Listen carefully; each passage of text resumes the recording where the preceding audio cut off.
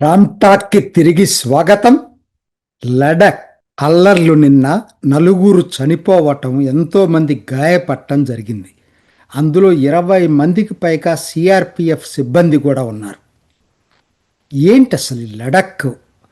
మీ అందరికి గుర్తుండుంటుంది.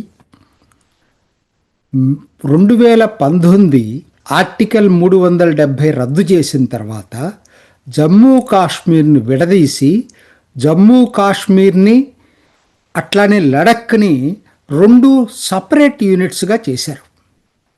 జమ్మూ కాశ్మీర్కి అసెంబ్లీ ఇస్తామని వాగ్దానం చేశారు. తర్వాత రాష్ట్ర ప్రతిపత్తి కూడా ఇస్తామని వాగ్దానం చేశారు. అదే లడఖ్కి అటువంటి వాగ్దానాలు లేవు, కేంద్రపాలిత ప్రాంతంగా ఉంటుందని చెప్పారు. అయితే అప్పటికే లడఖ్లో 2 ప్రాంతాల్లో అటానమస్ కౌన్సిల్స్ ఫంక్షన్ అవుతున్నాయి. ఒకటి లే అటానమస్ కౌన్సిల్, రెండోది కార్గిల్ అటానమస్ కౌన్సిల్. ఇది సంక్షిప్తంగా. సామాజిక పరంగా చూసుకుంటే లడఖ్ అంతా బుద్ధిస్టులు, కార్గిల్ ముస్లింల్లో కూడా షియా ముస్లింలు. ఇరాన్ ప్రభావం, ఇరాన్కి వెళ్ళి చదువుకునే వాళ్ళ సంఖ్య కూడా విద్యార్థులు ఎక్కువ అక్కడ. ఈ 2 ప్రాంతాలు విడివిడిగా ఉన్నాయి. లడఖ్ వాసులు, ముఖ్యంగా లే వాసులు, బుద్ధిస్టులు ఎప్పటి నుంచో మాకు జమ్మూ కాశ్మీర్లో ఉండొద్దు, మమ్మల్ని సపరేట్ చేయమని చెప్పి వాళ్ళే అడుగుతూ వచ్చారు దశాబ్దాల తరబడి. అఫ్కోర్స్ కార్గిల్లో ఉన్నటువంటి వాళ్ళైతే మాత్రం కాదు, మేము జమ్మూ కాశ్మీర్లోనే ఉండాలని కోరుకున్నారు. కానీ ఇది చారిత్రకంగా లడఖ్ అనేది మొదటి నుంచి ఒక ప్రత్యేక ప్రాంతం. ఇప్పుడు కాదు, ఎప్పటి దాని చరిత్ర చాలా ఉంది దానికి. అయితే ఇప్పుడు వచ్చినటువంటిది ఏంటి, ఈ సమస్య ఏంటంటే మొత్తం దీని మీద స్టడీ చేసి ఒక్క రోజులో వచ్చింది కాదు. ఎందుకో లడఖ్ని సపరేట్ చేయాలని చెప్పి అప్పటికప్పుడు తీసుకున్న డెసిషన్ కాదు. జాతీయ భద్రతా దళాలు, గూఢచారి సంస్థలు ఇవన్నీ కూడా కూలంకషంగా చర్చించుకొని ఇది ప్రత్యేక ప్రాంతంగా ఉండాలి. అతి సున్నిత ప్రాంతం, టిబెట్ని ఆనుకొని ఉన్నటువంటి ప్రాంతం కాబట్టి ఇది ప్రత్యేక ప్రాంతంగా ఉంటేనే, కేంద్రపాలిత ప్రాంతంగా ఉంటేనే మంచిదని చెప్పి వాళ్ళిచ్చిన నివేదికల ఆధారంగానే దాన్ని ప్రత్యేక ప్రాంతంగా చేశారు. సో ఇదండి కూలంకుషంగా దీని గురించి ఇది. మరి ఇప్పుడు ఆందోళన దేనికేనంటే, ఆందోళనకు వచ్చేటప్పటికీ ఎవరైతే కార్గిల్లో ఉన్నటువంటి ముస్లిమ్స్ ఏమో జమ్మూ కాశ్మీర్లో కావాలని కోరుకుంటున్నారు, లడఖ్లో ఉండేవాళ్ళు మాకు ప్రత్యేక ప్రాంతంగా ఉండాలని మొదటి నుంచి అడిగిన వాళ్ళు, కానీ ఇప్పుడు ఇద్దరూ కలిసి జాయింట్గా ఆందోళన చేస్తున్నారు. ఆందోళనకి ఏంటి కారణం?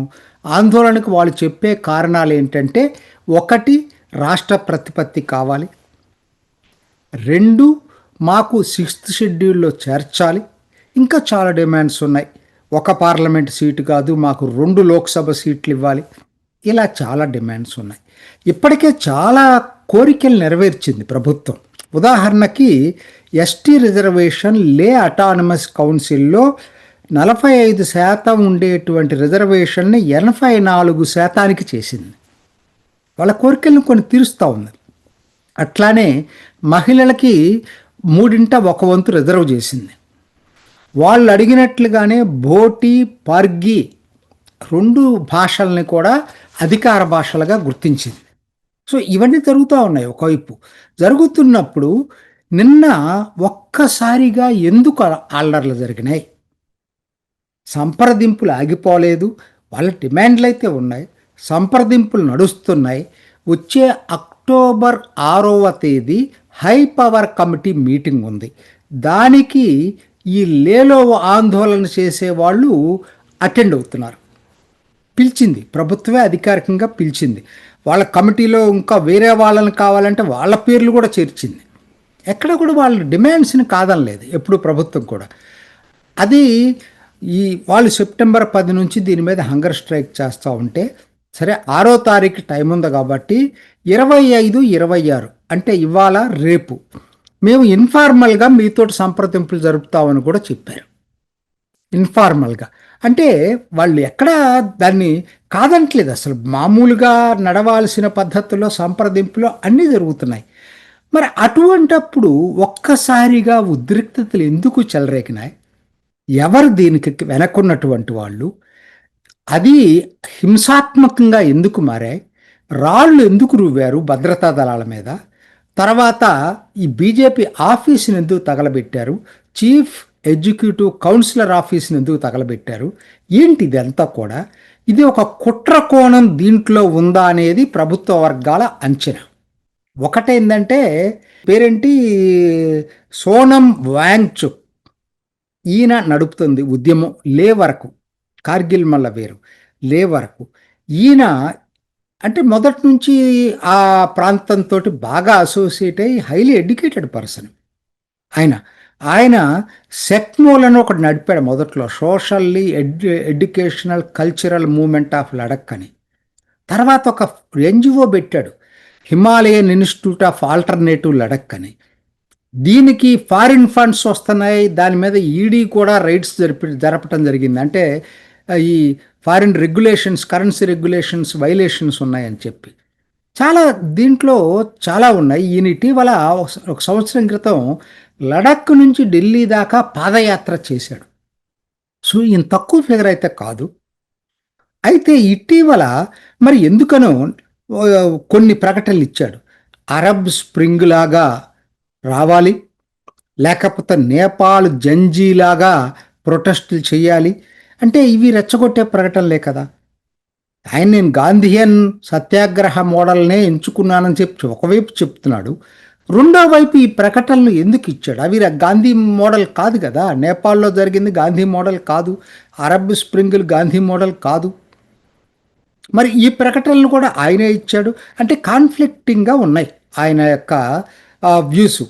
ఇటీవల ఆయన ఫిబ్రవరి 2025 పాక్ వెళ్ళొచ్చాడు పాకిస్తాన్కి. దానికి కారణం ఏంటి? క్లైమేట్ దాని మీద వెళ్ళొచ్చానంటాడు. కోర్స్ ఈయన క్లైమేట్ దాని మీద మొదటి నుంచి ఫైట్ చేస్తున్నాడు. ఫాసిల్ ఫ్యూయల్స్ వాడకూడదు అసలు, పర్టికులర్గా ఈ ఏరియాలో సోలార్ ఎనర్జీ వాడాలనే దాని మీద క్యాంపెయిన్ చేస్తున్నాడు. అది నిజమే.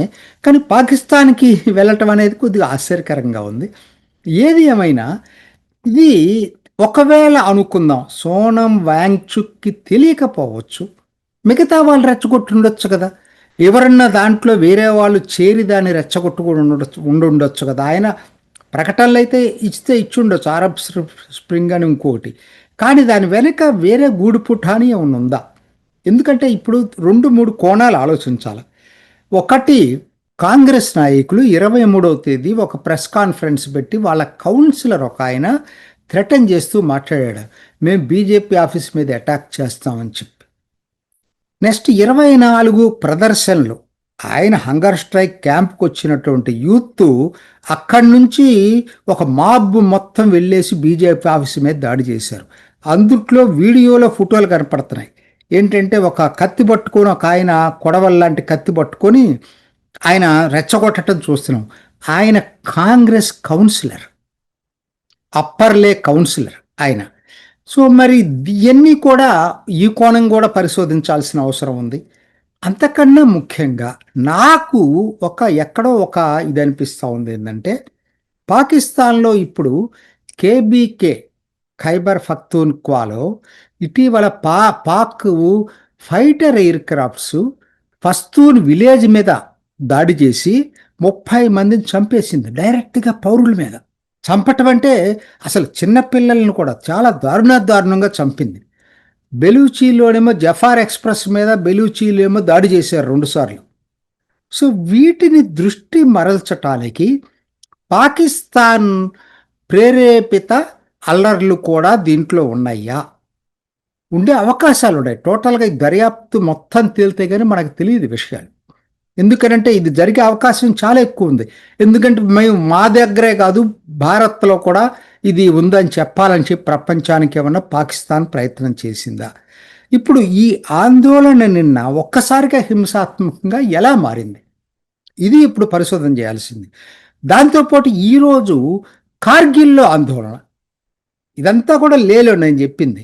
కార్గిల్లో నేను చెప్పాను కదా, వాళ్ళు టోటల్లీ డిఫరెంట్. రెండు వేరు వాళ్ళు షియా ముస్లిమ్స్, వీళ్ళు బుద్ధిస్టులు.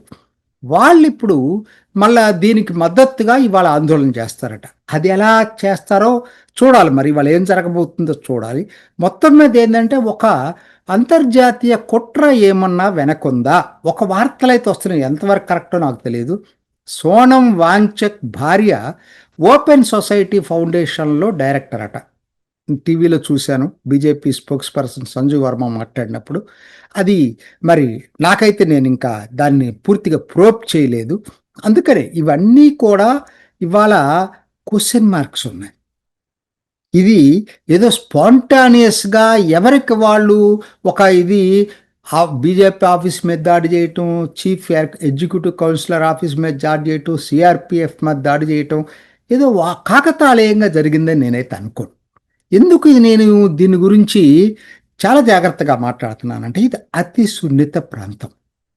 రెండోది, బుద్ధిస్టులు ఇంతవరకు కూడా peace loving people, pro Bharat విషయంలో ఎవ్వరికి డౌట్ ఉండాల్సిన పని లేదు, వాళ్ళు మొదటి నుంచి కూడా. అందుకని ఇప్పుడు చాలా జాగ్రత్తగా హ్యాండిల్ చేయాల్సిన అవసరం ఉంది. ఇదేదో ఊరికిన జమ్మూ కాశ్మీర్లో జరిగినట్టు కాదు ఇది. అటువంటి ప్రత్యేకవాదులు అటువంటి వాళ్ళు కాదు ఇల్లు. సో దీన్ని ఇంకొంచెం లోతుగా దర్యాప్తు చేస్తే గాని అసలు అన్ని విషయాలు బయటికి రావు. కాకపోతే ఇది అత్యంత సున్నితమైన అంశం, అత్యంత ముఖ్యమైన అంశం కూడా దేశ భద్రత విషయంలో. చూద్దాం ఏం జరగబోతుందో. ఇది ఈనాటి రామ్ టాక్. ఇంకొక ఎపిసోడ్లో మళ్ళీ కలుసుకుందాం. నమస్తే. చూసారు కదండి, మరి ఈ వీడియో కనుక మీకు నచ్చినట్లయితే ఒక లైక్ కొట్టేసి మీ అభిప్రాయాన్ని కూడా కామెంట్ బాక్స్లో తెలియజేస్తూ ఇలాంటి ఇంట్రెస్టింగ్ అప్డేట్స్ కోసం మా ఛానల్ని సబ్స్క్రైబ్ చేసుకోండి.